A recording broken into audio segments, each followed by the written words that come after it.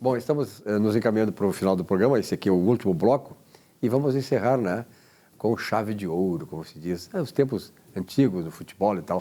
Marcos Ferreira, doutor Marcos Ferreira, prazer em tê-lo aqui no programa. Satisfação nossa, Silvio, contribuir mais um pouquinho para as discussões dos grandes temas assim da atualidade, né, aqui no nosso Rio Grande do Sul. E sempre é um prazer estar aqui contigo na bancada, né? Marcos, na verdade é o seguinte, claro que tu é médico, sabe muito melhor do que a gente só vê, como jornalista tem esse conhecimento assim epidérmico das coisas, mas se imagina assim que as coisas estejam evoluindo do ponto de vista de um controle maior do coronavírus, né? Aqui, por exemplo, no Porto Alegre, graças a Deus temos hoje um prefeito que é sintonizado com a população, sensível, né? Não é arrogante, e as coisas começam a melhorar. É verdade, Silvio, a percepção que a gente tem tido em geral, né, segundo as notícias locais, e eu digo locais bem dentro dos limites, né, municipais, são notícias de melhoria, né, do panorama, vamos dizer assim, da nossa epidemia, da nossa pandemia. Porém, a gente sabe, claro, que tem no locais, né, no interior do estado, que de uma forma ou de outra tem tido algum aumento do número de casos. E mesmo dentro da nossa cidade, a gente pode ter pequenas ilhas, vamos dizer assim, de transmissão, de transmissibilidade, de alta transmissibilidade, né?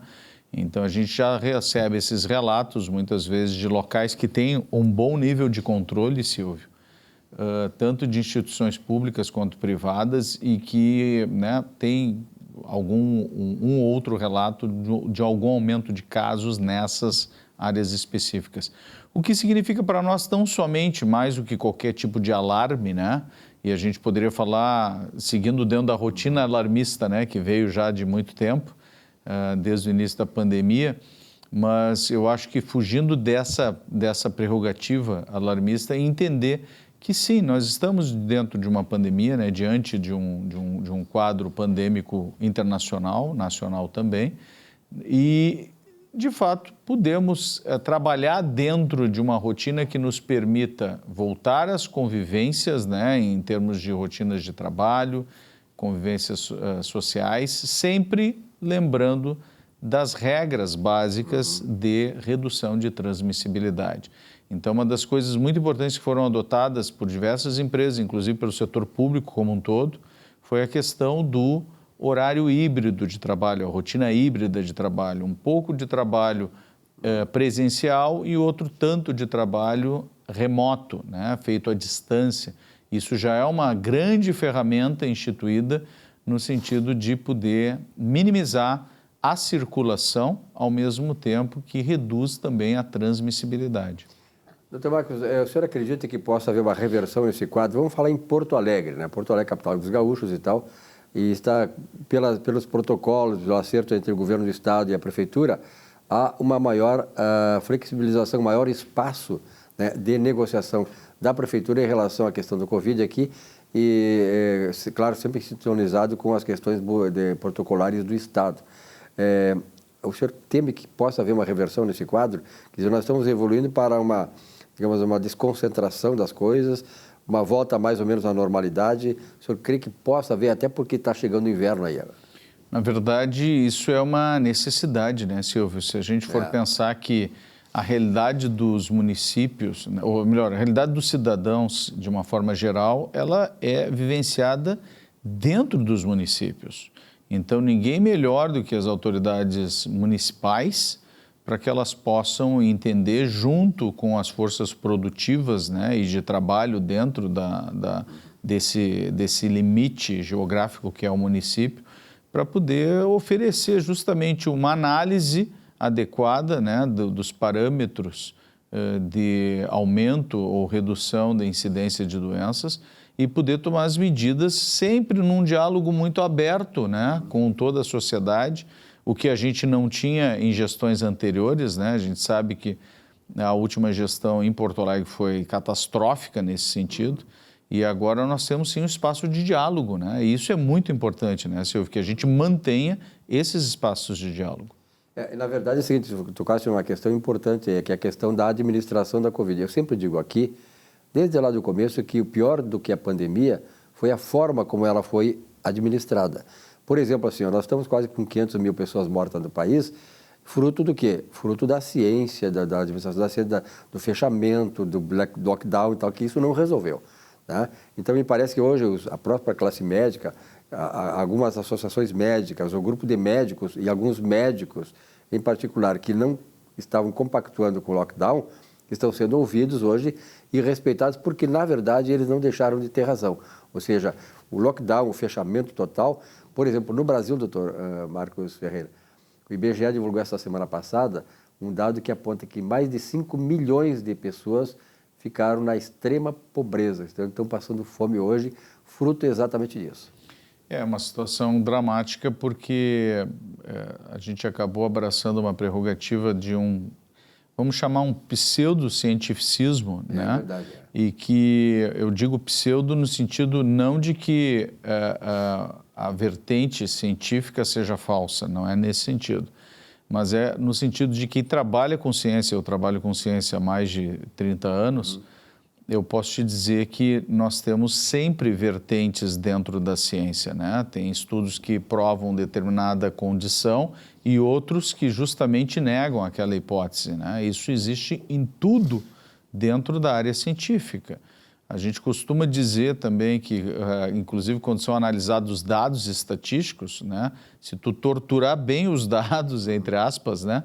Tu consegue tirar a informação que tu tem por objetivo tirar, né? Ou a ideia que tu quer passar dentro daquela condição. Então, nesse sentido é que eu coloco que existe uma questão de opção, né, Silvio? E essa questão de opção, ela, por vezes, vai ser adotada em razão de narrativas próprias, né? Então, a narrativa de que a ciência é soberana, ela é muito bonita quando tu só ouve um lado da ciência.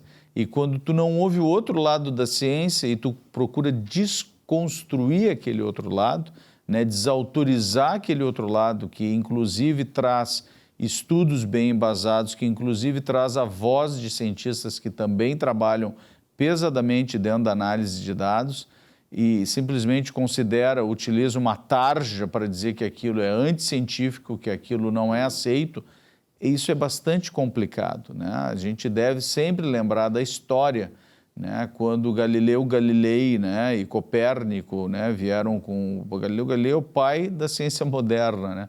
E Copérnico já vinha com toda a teoria, né, de que realmente não era o Sol que girava em volta da Terra, mas sim que a Terra girava em volta do Sol. Isso era uma heresia, isso era uma situação que naquela época, né, 5 séculos atrás, era ante o conhecimento aceito da época, tu entendes? Então, de novo, narrativas. Depois se provou claramente que, sim, os cientistas daquela época que adotavam essa vertente, entendendo que a vertente que adotava a ideia de que o Sol girava em volta da Terra também era defendida por cientistas da época, né?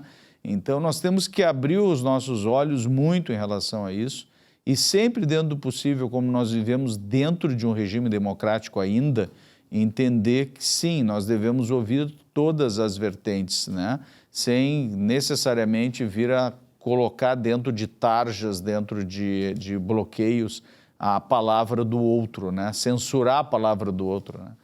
É grave. Só deu espaço, na verdade, a grande mídia só deu espaço para um lado. Exatamente, Silvio, exatamente. E criou aquela falsa dicotomia, assim, ou a vida ou a ciência. Exatamente. Né? Quer dizer, a vida estava do lado da ciência e Não, ou a vida ou a nossa ciência. Ou a nossa ciência. Ou a ciência que eu optei. Exatamente. Né? Quer dizer, se tu é da ciência, mas tu é do outro lado, que não é o lado que eu optei, tu não é da ciência, tu é contra a vida. Quando, na verdade, isso não existe, tu entende?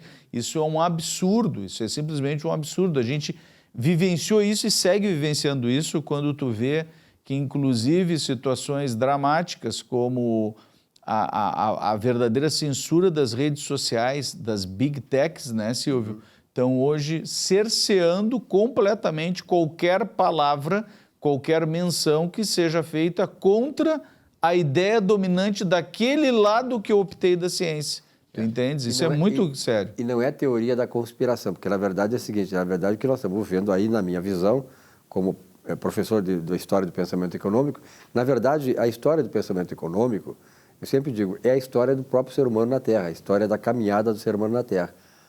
E ela mostra exatamente, né, que essa questão, essa falsa dicotomia entre a vida e a economia foi criada exatamente para dividir a sociedade, porque eu sempre digo aqui, doutor Marcos, desde o começo da pandemia, que a vida, a empresa também é vida, porque a empresa é um CNPJ que atrás dele, ele só tem vida quando atrás dele tem no mínimo um ou vários CPFs. Então, tratar a vida e tratar as empresas é a mesma coisa. Quer dizer, é uma moeda com dois lados. Mas vamos pegar uma situação bem simples do cidadão como exemplo disso, Silvio. Né?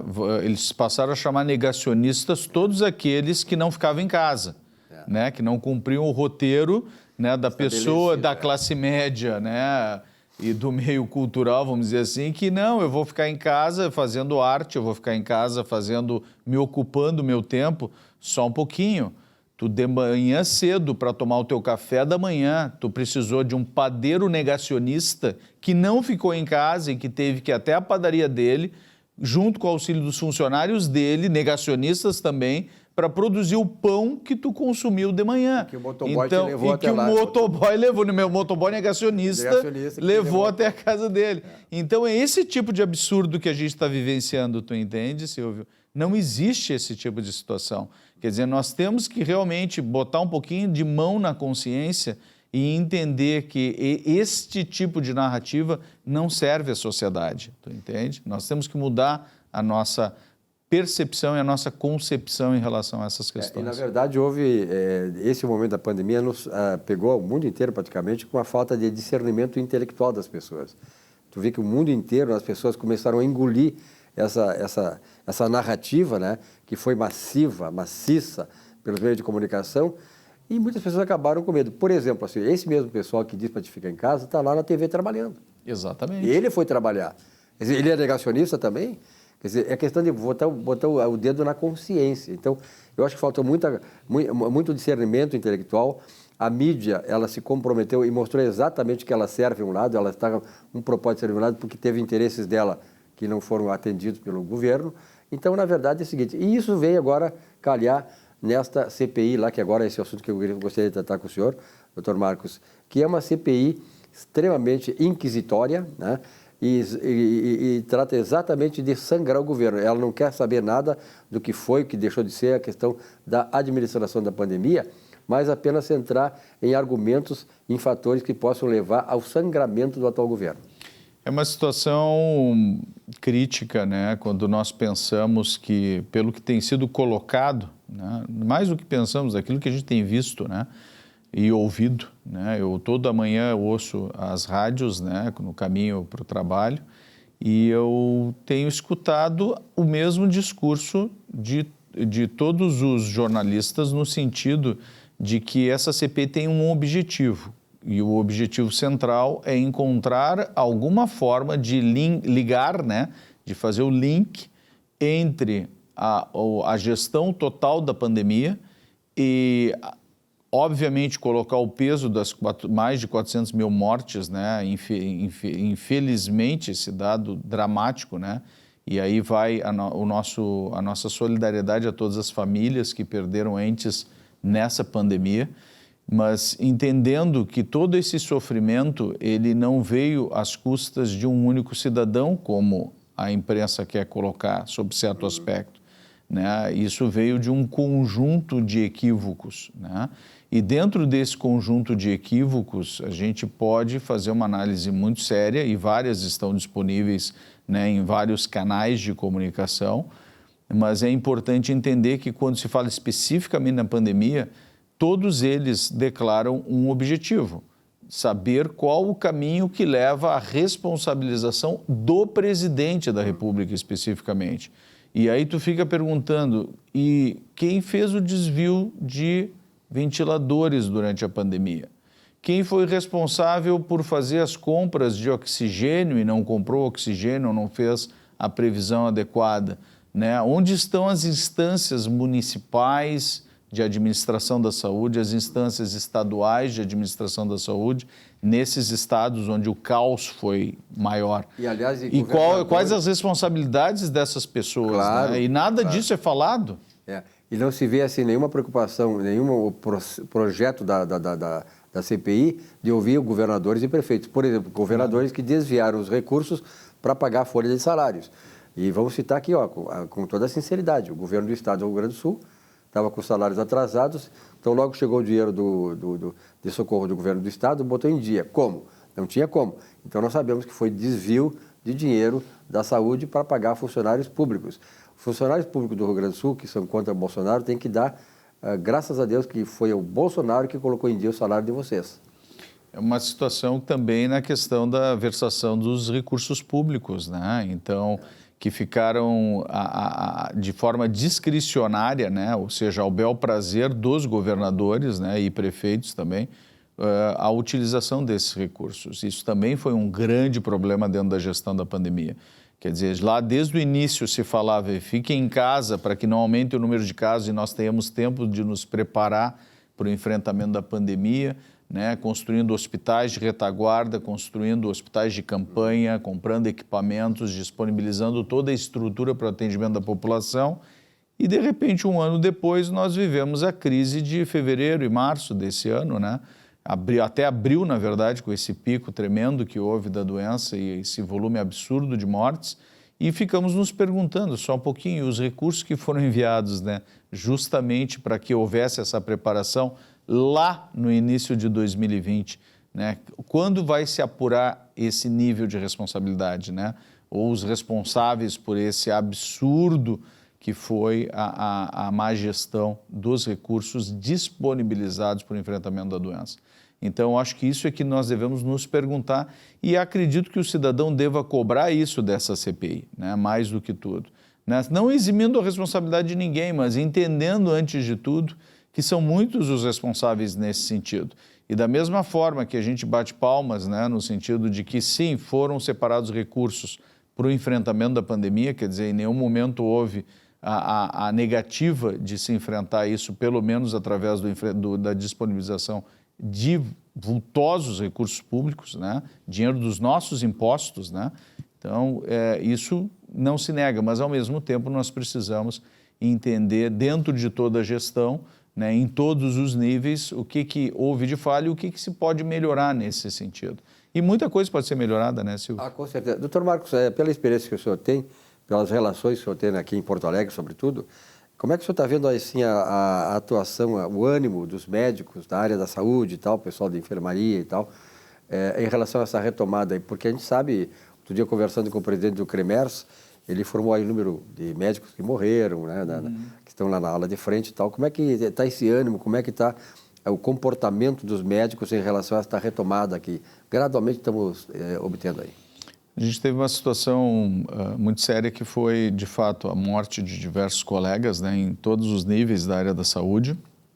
Quer dizer, vários colegas médicos, mas também colegas da área da enfermagem, da fisioterapia, né, e diversos profissionais que trabalham dentro dos hospitais, da administração do hospital também, obviamente.